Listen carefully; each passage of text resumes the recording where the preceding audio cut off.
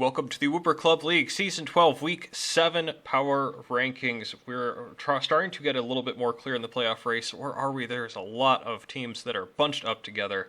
I'm IllLogic. I am the coach of the Buffalo Bouffalant, and as always, I am joined by SteveChuck, coach of the Waterdeep Wobbuffets.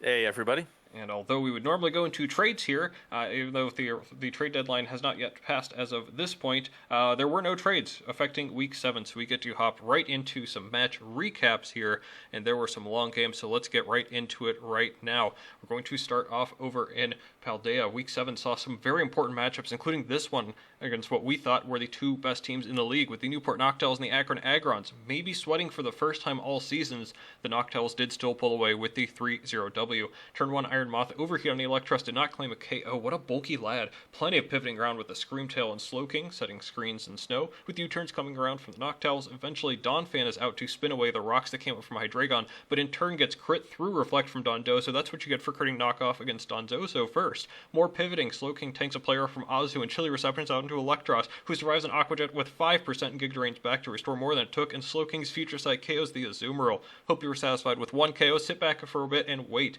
Great Tusk crits Screamtail with knock. That's 3 crits against Joey already. Screamtail still tanking everything with screens and wish, even healing up Electros too. It's in against Hydreigon, who Terra's Steel. Wait, how does Joey break that? And it has rocks plus taunt.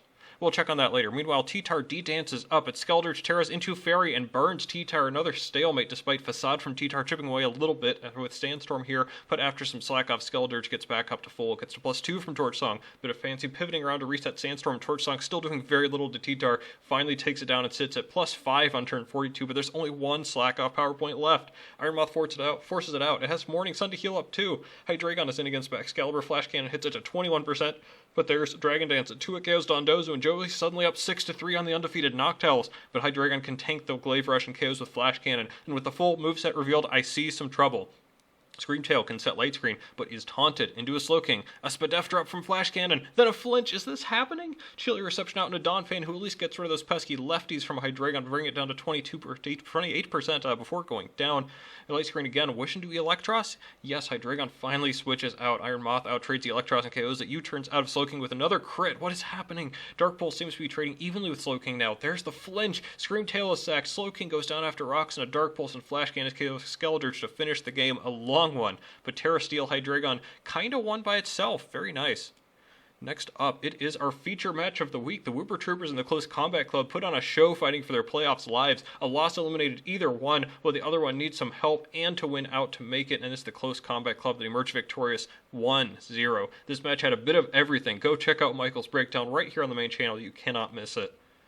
The final two Paldea matches were crucial for playoffs. This one, a Quiet Majesty 4-0 W against the Saintsville Zigzagoons. Sword Stance Mimikyu threatens early, a good U-turn out on the second Sword Stance. Player off then Oko, Sea Titan, who is here without the snow. Meowscarada comes in to knock off Revenge, though nice. Garchomp switches into a Swords Dancing Breloom. Outrage does not KO, but Close Combat does, though it goes down to a U-turn after. The Zigzagoons slightly winning the exchange war here. Meow does less than half to Greedent, who subs up. Super Fang, neat set, but it also swaps into Goldango to immune high jump kick from Serena. Focus Blast, though, fails to KO as the U-turns out. Then the Terra Water is wasted as Chiyu dodges the next Focus Blast, 2 at KOs. Gargonackle out, time to Dark Pulse. 1 flinch, 2 flinch, recover, though it's a losing battle, so at least Assault Cure is a parting gift, and Greedent is sacked instead, only for it to come back and get KO'd anyways. Espeon is last, and that's a Scarf on Chiyu, so goodbye to that. Chiyu sweep in the 4-0.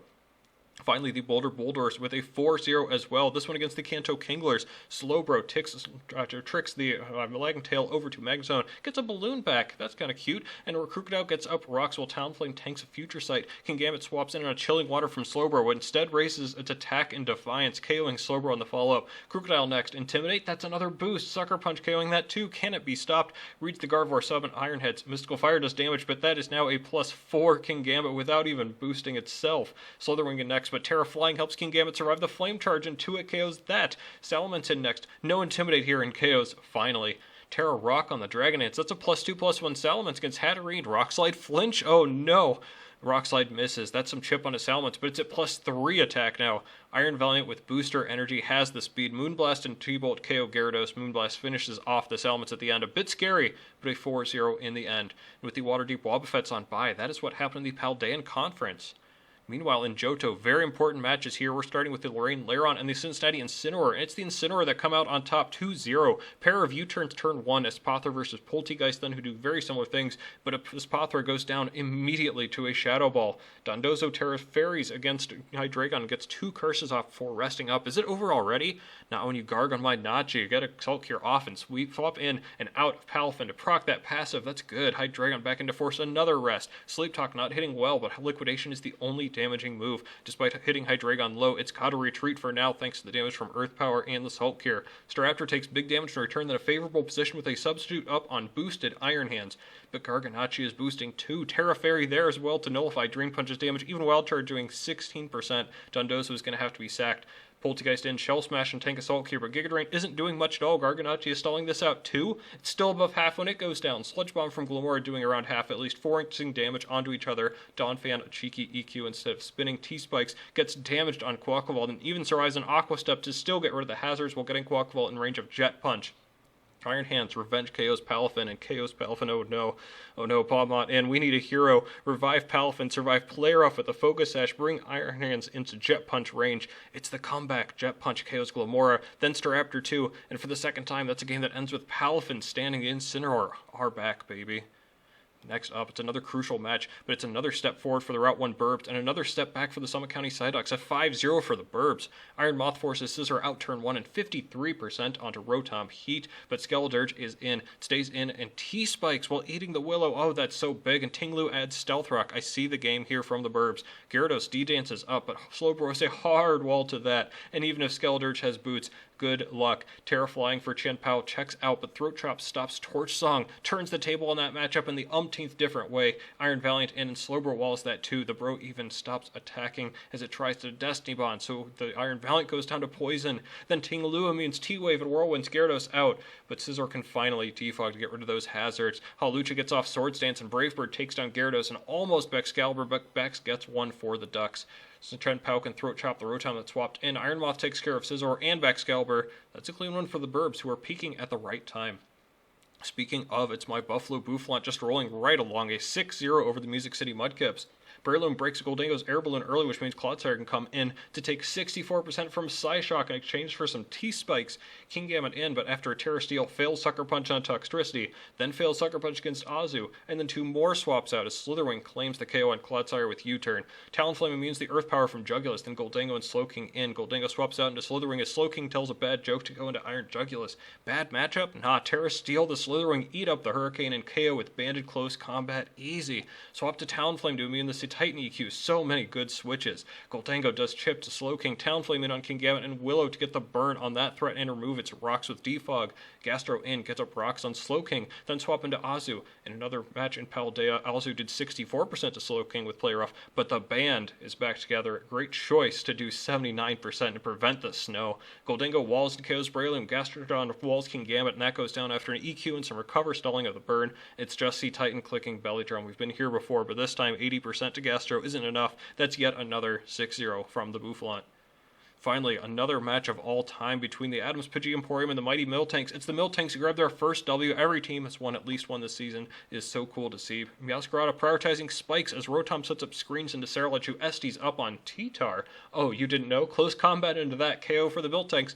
Corviknight, oh, Bitterblade restoring all of Saralach's health. Close combat KO is the Goodra too. What is going on? Finally, Ditto is in. Shadow Sneak to KO that. Low kicks against a 4x resist. It's at -3 defense though. First impression KOs. Volcarona in now and Quiver Dance Fire Move KOs Amoonguss. Is this the reverse? Terra Fairy to boost up a couple more times on Rotom. Mimikyu though is still up. Disguise tanks a hit, but Drain Punch means it gets burned for its troubles on the Flame Body. It goes down but brings it low at least. Still with Volk low. First impression forces it out. And Meowscarada in and down. Finally sacked the Rotom, so low kicks can come back in. And first impression one more time on the Volcarona. Saralach and low kicks carrying this team to the 2-0 win.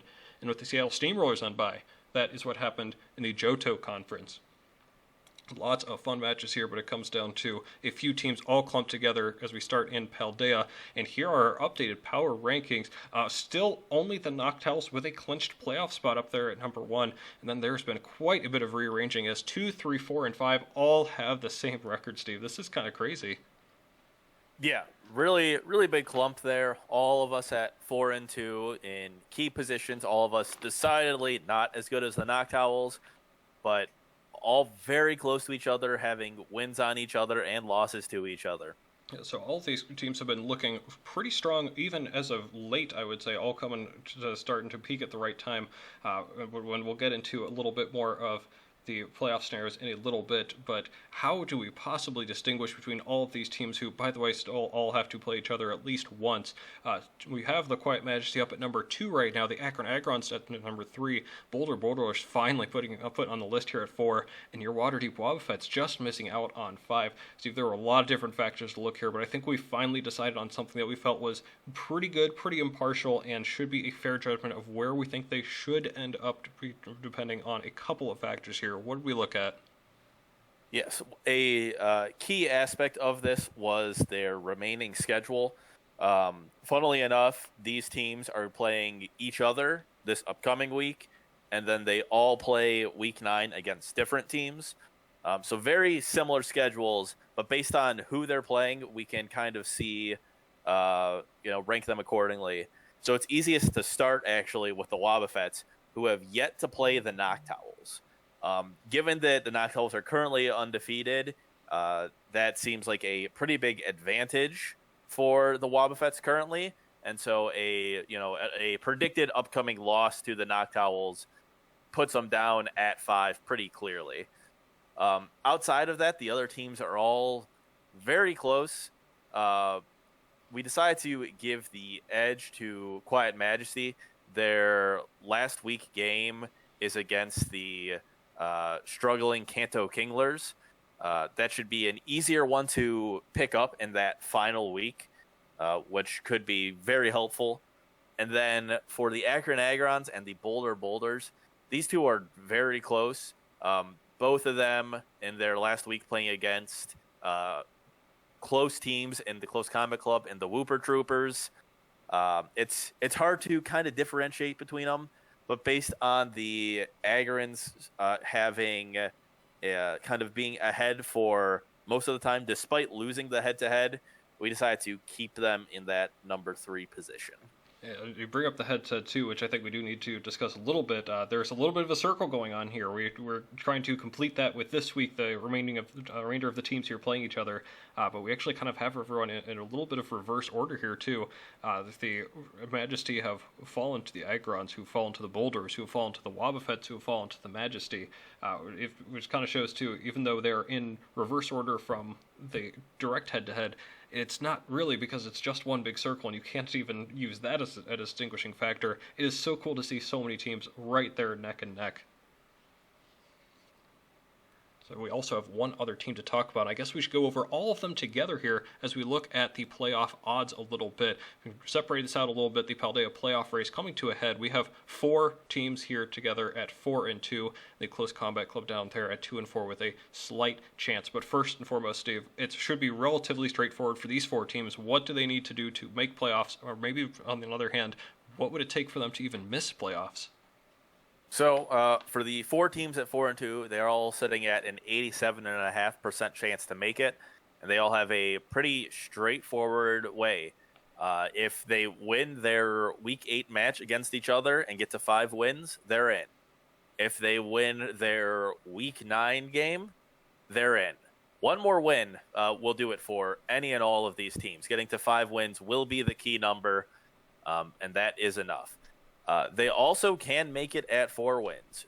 Whichever 2 of these teams lose this week, if both those teams also lose next week, leaving 2 of these currently 4-2 teams at 4-4, that will allow them to get in, as well as potentially allowing the Close Combat Club to get in. What would it take then for the Close Combat Club to get in? They're down to 2-4, so you'd need to have a few other 4-4 teams that also make it, yeah? Tell us about that. Yes, the club currently have a 9.3% chance, up a little bit from their previous week. But for them to make it, they definitely need to win out and get to 4-4. They have upcoming games against the Zanesville Zigzagoons and the Akron Agrons, and they need to win both of those. And then additionally, they need the 4th place team to be 4-4. And for that to happen, they need the case where whichever teams lose week 8, they both also need to lose week 9 so that they're both at 4-4 along with the Close Combat Club. And while that sounds tough, it could be a little bit easier if you were to be the one to help that out as well, Steve, considering that the Agrons are playing the Close Combat Club in the following week. So it could be made a little bit easier if the Wobbuffets do beat the Agrons, the Close Combat Club beats the Agrons, and then all the club would need to happen outside of their control is the loser of Boulder's Majesty to then also lose in the final week, and they could make it in. There's a small chance, but it's still possible there. Otherwise, we're looking at probably 5-win teams making it, and it'll be tough for those 4-win teams to do it at all. And now we get to move on to potentially the a little more convoluted conference here in Johto. We actually finally have, for the first time all season, a change at the top here with the Buffalo Bouffalant finally upending the Seattle Steamrollers, who moved down to number 2. Route 1 Burbs obviously still hot on their heels now. They're starting to get a little bit closer, I think, to the 1-2. And we have another new timer here at number 4. It's the Cincinnati Incineroar making it on, which is really interesting to see. It's been quite a bit of a shakeup here in the middle range of the power rankings. But I guess first and foremost, I like to talk about myself and my successes. So Steve, the Bouffalant moving ahead of the Steamrollers. It's about time. Yeah, we talked about it last week, how we felt the Bouffalant and Steamrollers were both very close. It seemed like, we just kept giving the edge to the Steamrollers because at that point they were a game ahead, but they were kind of struggling, picking up a 1-0 win, picking up the 0-6 loss. What changed here is the Steamrollers had their bye.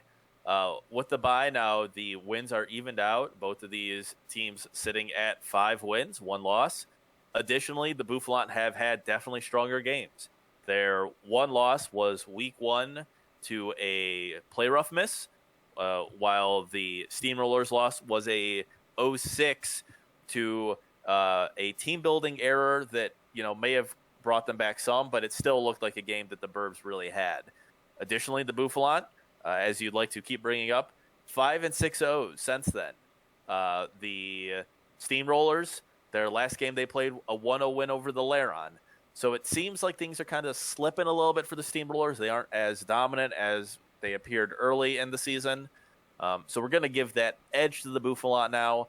But, of course, both of these teams are still massive threats. And not only have the Bouffalant clinched, fun fact here, same plus-minus as the Newport Noctowls, who are undefeated. So despite having 6 months KO'd in 1 match, the Bouffalant still matching the best plus-minus in the league, which is kind of silly. But really, though, we should be talking about the Cincinnati Incineroar reappearing on this list. The Burbs seem a pretty clear number 3 right now, but there's a bit of a jumble down there at 4 that we'll get into a little bit more at the playoff odds. But the Incineroar hopping up above a couple of other teams. This was a pretty big win for them, wasn't it? Yeah, the Laron were looking like the obvious 4th team in that top 4 for the entire season. And the Incineroar picking up a win against them, solidifying this as their chance to make it in. The rest of their schedule we've talked about is a lot easier than some of the other schedules and should be a reasonable chance for them to get enough wins to lock up that playoff spot.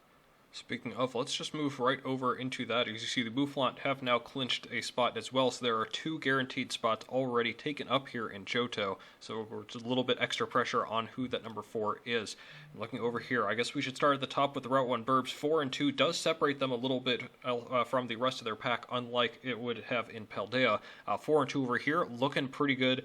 Give it to me straight, Steve. What would it take for them to even miss playoffs? So the Burbs at 4-2 have a 93.8% chance to make it, up nearly 25% from last week.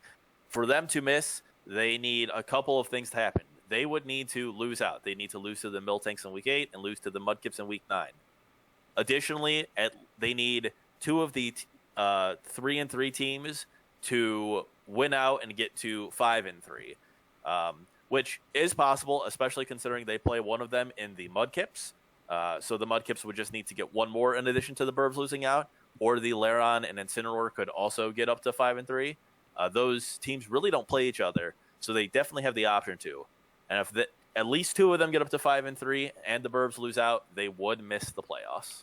And speaking of those 3-3 teams, like you said too, it is again the exact opposite from the other conference. We have a big cluster here, yes, but they're not only one game lower, but they also don't play each other like the 4-2s do over in Paldea.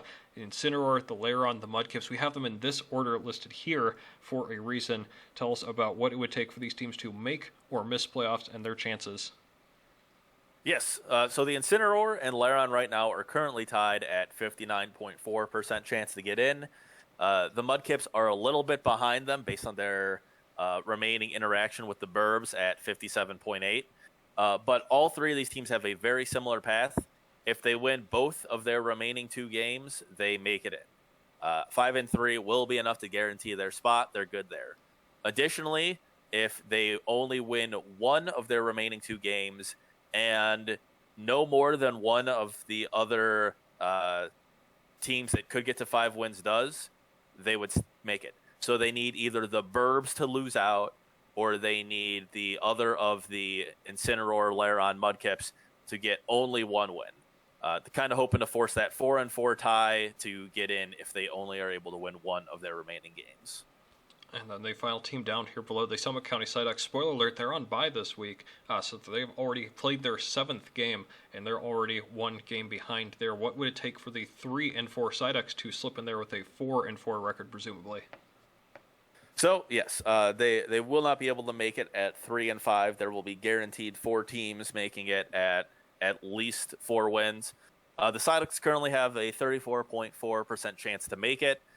And for them to make it, they would, of course, need to win their Week 9 match against the Incineroar, and only one team will be allowed to get up to 5 wins. So that means, of course, the Burbs the Burbs can't win another game, or the Mudkips can't win out, or the Lairon can't win out.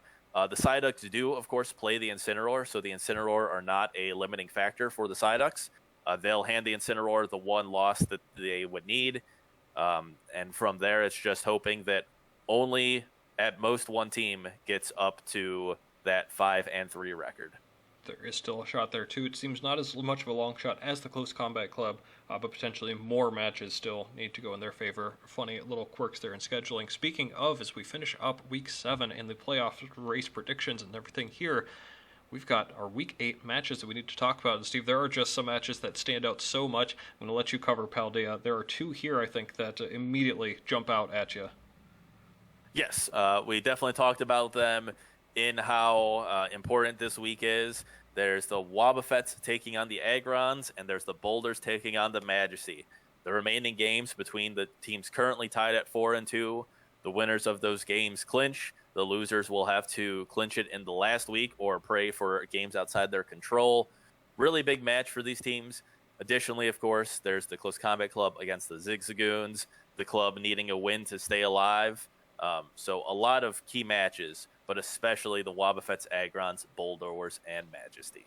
And over in Johto, once again, it's a little opposite. We talked about how the Lairon, Mudkips, and Incineroar do not play each other, so their matches are a little bit separate here. I guess we can start with the Lairon and the Mudkips here, taking on the Bouffalant and Steamroars, respectively. Those were some top teams. Wonder how much they're playing for, but also makes it that much more difficult to get that extra win that they really need to be able to push them over the edge, as opposed to the Incineroar here against the Adams Pitching Emporium. That could be very key to get the Incineroar that 4th win, and depending on what happens in the other games, that one seems maybe the most likely to secure a clinch in the playoffs there next to the Burbs, which could be very, very interesting to watch as well. I would keep an eye on those 3, Lairon and Mudkips against the Bouffalant Steamrollers. If there's a potential for an upset there, that would be incredibly fun to watch and see, but otherwise I anticipate the Incineroar being extra motivated against the Pidgey Emporium, so that could be awesome as well.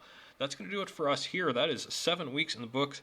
Week 8 coming up. We know there's going to be at least a couple of clinches, so join us next time as we find out what it would take for the remaining playoff spots to be taken up. Remember that it's everyone who is tied with the 4th place record that gets into the playoffs, and then we get to go into some brackets here, and that could be a whole lot of fun. So we will see you then.